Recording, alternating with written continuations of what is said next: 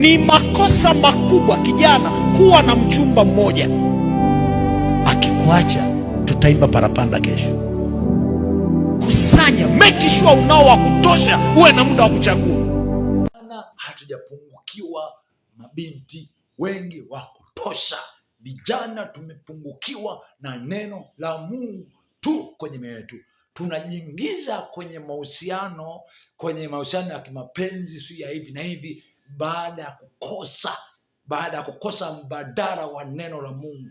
Vijana hatuhitaji mabinti wengi wa kutosha, tunahitaji neno la Mungu la kutosha kwenye mioyo yetu. Maandiko yanasema kwamba jinsi gani kijana haitengeneza njia yake, haisafisha njia yake kwa kutii, akilifuata neno lako. Na maandiko yanasema kwenye Zaburi ya 119:105 anasema kwamba neno lako ni taa ya miguu yangu na mwanga wa njia zangu. Vijana tunahitaji neno la Mungu tu. Tunajiingiza kwenye mambo ya mahusiano baada ya kukosa mbadala wa neno la Mungu, tukijua kwamba mahusiano yanaweza kaleta raha, namna burudani ya mioyo, burudani ya kweli ya mioyo yetu, lakini sio hivyo. Na tukijiingiza kwenye mahusiano, hakuna cha maana ambacho kinazaliwa. Tunajiingiza kwenye mambo hayo na matakataka yote hayo baada ya kukosa mbadala wa neno la Mungu. Tunaenda kujiegesha kwenye mahusiano tukijua kwamba tutapata raha, lakini ukweli sio hivyo. Vijana tunahitaji neno la Mungu la kutosha. Neno la Mungu la kutosha, sio mabinti wa kutosha ambao liliongoza maisha ya kina Yusufu, liliongoza maisha ya kina Musa, maisha ya kina Daudi, wakina Yesu, wakina Samueli, wakina nani. Tunahitaji neno la Mungu la kutosha. Hatuhitaji mabinti wa kutosha. Yote hayo sikisemi kwamba ni vibaya kwa kuolewa. Hapana, tuoe ama kuolewa tukiwa kwenye msingi wa neno la Mungu, ambao tukifanya maamuzi hayo katika msingi wa neno la Mungu, ndoa zetu lazima zitakuwa za baraka na neema na nguvu ya Mungu. Tumekosa neno la Mungu tu, ndio ambao tunalihitaji. Kijana, binti, isikudanganya akili yako, ufahamu wako kwamba utakapokuwa na binti fulani, kijana fulani, ndio moyo wako utatulia. Hakuna kitu ambacho kinaweza kutuliza moyo wa mtu.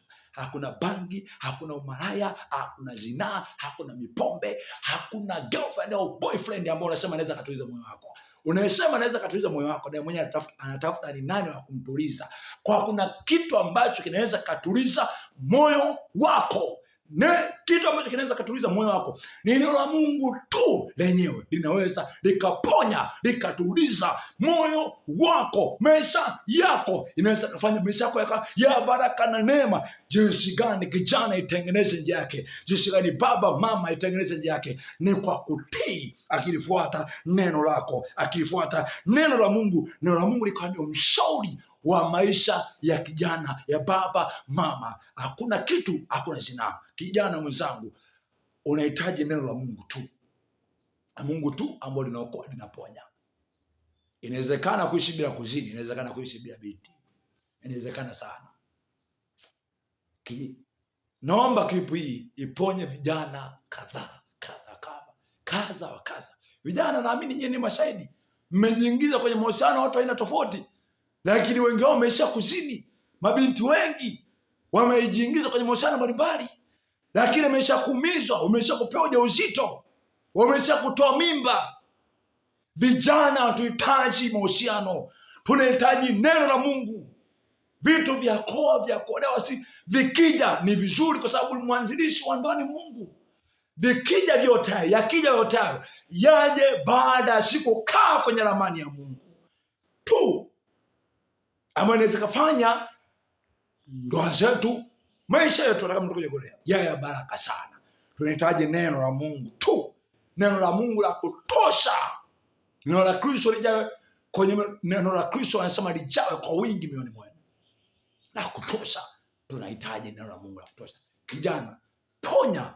Natamani kijana, mabinti, baba mama awepo ambaye klipu hii itaponya maisha yake, Inawezekana. Uliye tayari kuokoka, naweza kanitafuta inbox. Asante sana. Amen. Haleluya, mtu wa Mungu. Namshukuru Mungu kwa ajili ya neema hii ambayo amenipa.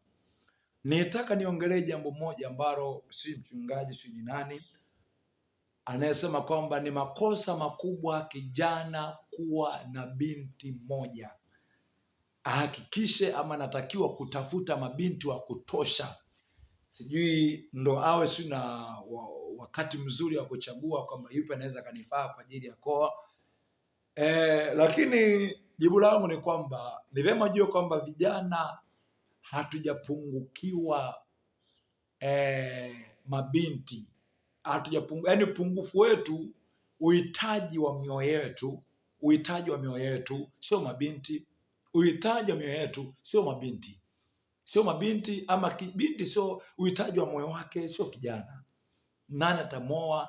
Nani atamoa? Nani ataolewa naye? Upungufu wa vijana sio mabinti, sio vijana. Vijana sisi hapa, mimi mwenyewe ni kijana, ni single kabisa, lakini upungufu wangu mkubwa kwenye moyo wangu sio kwa sababu nimepungukiwa binti. Vijana kama vijana hatujapungukiwa mabinti, lakini inatokea vijana wanafanya haya baada ya kukosa kujiegesha ama kukaa kwenye ramani na mstari wa yule ambaye ametumba. Hatujapungukiwa mabinti. Kwa sababu ni kwamba, kwa nini nasema hivyo? Nasema haya kwa sababu nimeona kwamba wengi wanajiingiza kwenye mahusiano wakijua kwamba ni kama atakapokuwa na mpenzi wake, atakuwa na girlfriend, boyfriend, yani hivi na hivi. Anaona kwamba ni kama siku moja atakapokuwa na huyo binti, atakapokuwa na huyo kijana, ni kama atajisikia vizuri, ni kama atakuwa kwenye hali nzuri. Lakini kusema kweli, vijana hata wakijiingiza kwenye mahusiano ya hapa na pale, hawapati kile ambacho anakuwa anakihitaji, hawapati. Ndo mwisho yote anaishia tu kuachana.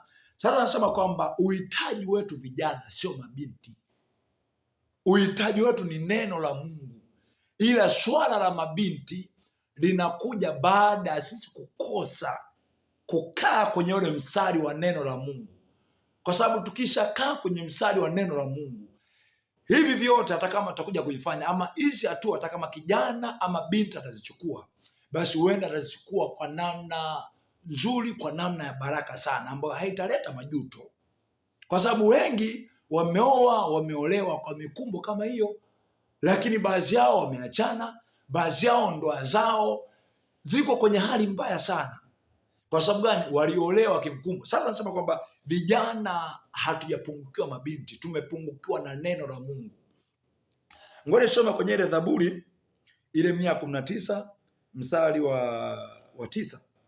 Anasema jinsi gani kijana aisafishe njia yake, anasema kwa kutii akilifuata neno lako. Jinsi gani kijana aisafishe njia yake, anasema kwa kutii akilifuata neno lako. Jinsi gani kijana anaweza akatengeneza maisha yake, jinsi gani binti anaweza akatengeneza maisha yake, jinsi gani baba, jinsi gani mama anaweza akatengeneza maisha yake. Anasema ni kwa kutii akilifuata neno lako, akilifuata neno la Mungu. Mfano mzuri ni wakina Yusufu, wale ambao walikuwa na ujana safi, watu ambao hata kama yalikuja mambo ya kuoa yalikuja baadaye, baada ya wao kukaa kwenye mstari wa Mungu. Hata walipokuja kuoa waliweza kupata watu sahihi, kwa sababu walikaa kwenye mstari wa Mungu. Kuna watu kama wakina Daudi ambao wameandika, ambao ndio waandishi wa hii Zaburi, ni mojawapo ya waandishi wa hii Zaburi, ni kwamba wao wenyewe hata walipokuja kuchukua hizo hatua walikuja kuzichukua hizo hatua kwa namna bora na kwa namna sahihi, baada ya wao kukaa kwenye mstari wa neno la Mungu. Kwenye ile Zaburi Zaburi ngapi ile? Zaburi ile 119 mstari wa 105 anasema neno lako ni taa ya miguu yangu na mwanga wa njia zangu. Anasema neno lako ni taa ya miguu yangu na mwanga wa njia zangu.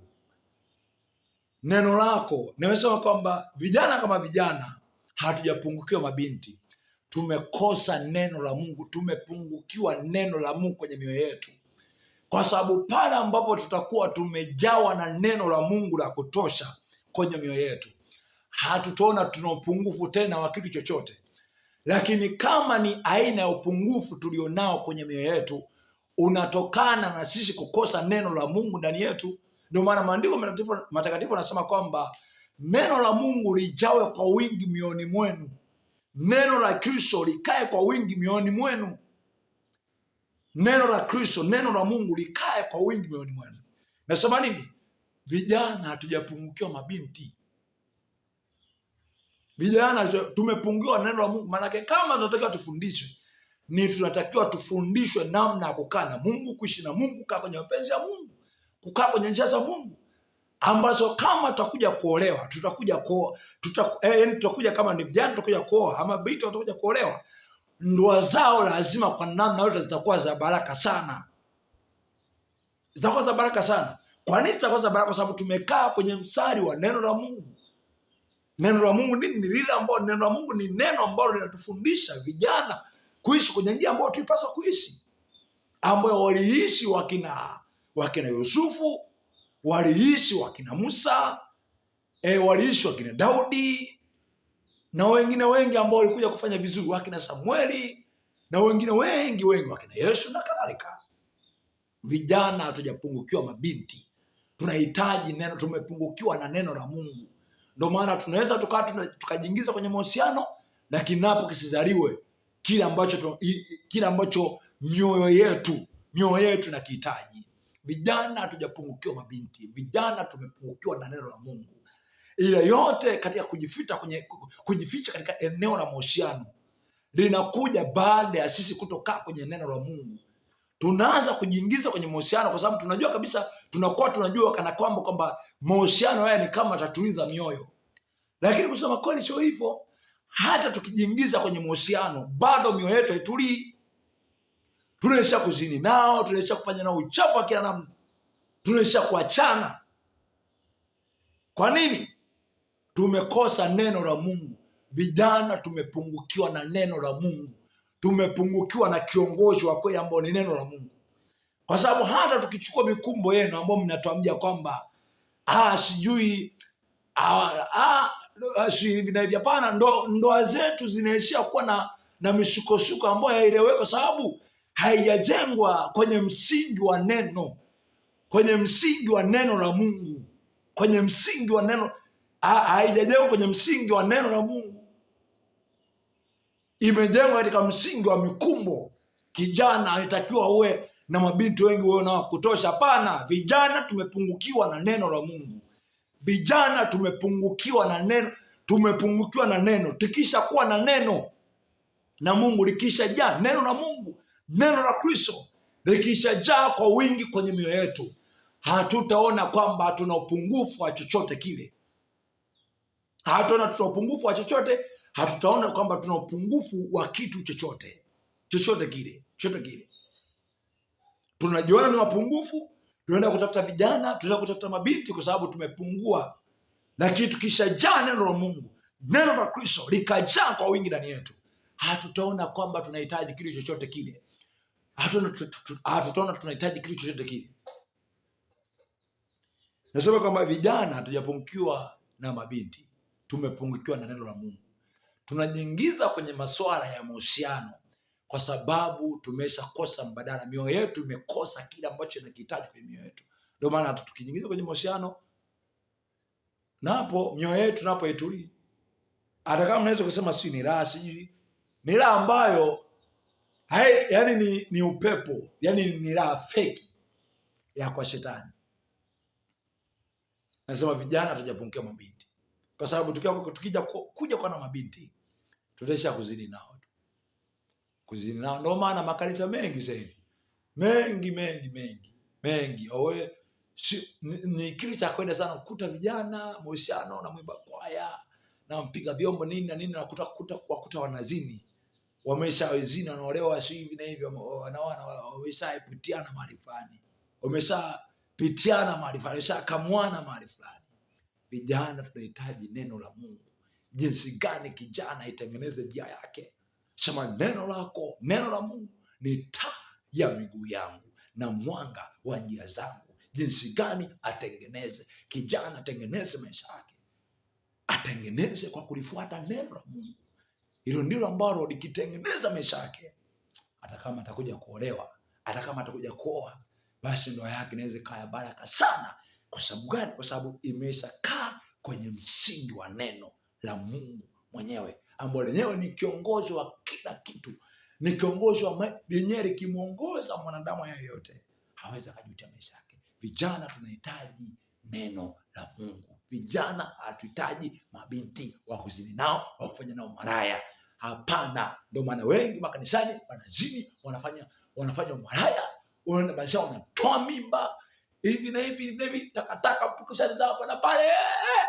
Tunahitaji neno la Mungu ambalo linaweza likawa ni kiongozi wa maisha yetu. Tunajiingiza kwenye masuala ya mahusiano kwa sababu tumeshakosa mbadala wa neno la Mungu. Vijana tunahitaji neno la Mungu, hatuhitaji mabinti. Kijana mwenzangu, unahitaji Mungu kwenye maisha yako, hauhitaji mito la kijana. Sikatai kwamba ukiona kweli muda wako si hivi kaa hivi umefika, sawa, haina shida, lakini moyo wako sikudanganye kwamba utakapopata kweli mke si hivi na hivi ndo utakuwa na amani sana. Pana, tunakuwa na amani baada ya kufanya vizuri, kuishi vizuri, ni kwa amani iliko. Vijana tunahitaji neno la Mungu. Kutuambia tukusanye mabinti wa kutosha ni mojawapo ya mipango potofu ya kuzimu. Tunahitaji neno la Mungu la kutosha, sio mabinti wa kutosha. Asante sana.